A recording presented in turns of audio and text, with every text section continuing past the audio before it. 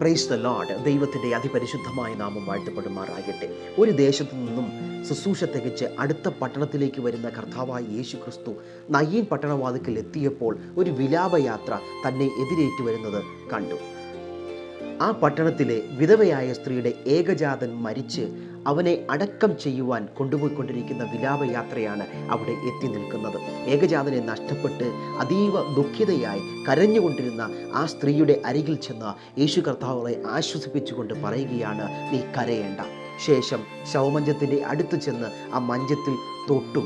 കർത്താവ് പറഞ്ഞു, ബാല്യക്കാരാ, എഴുന്നേൽക്കാൻ ഞാൻ നിന്നോട് പറയുന്നു എന്ന്.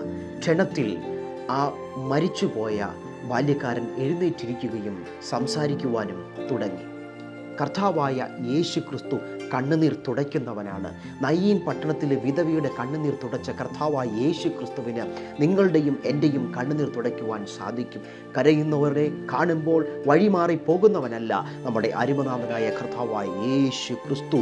അവൻ മനസ്സലിവും കരുണാർദ്രതയുള്ളവനുമായ കർത്താവെന്ന് നാം തിരിച്ചറിയേണ്ടിയിരിക്കുന്നു. യേശു കർത്താവിൻ്റെ അരികിൽ വിഷമത്തോടുകൂടെ, ഭാരത്തോടുകൂടെ, നിലവിളിയോടുകൂടെ കടന്നു ചെല്ലുന്ന ആരെയും അവൻ തള്ളിക്കളയുകയില്ല, തിരസ്കരിക്കുകയുമില്ല.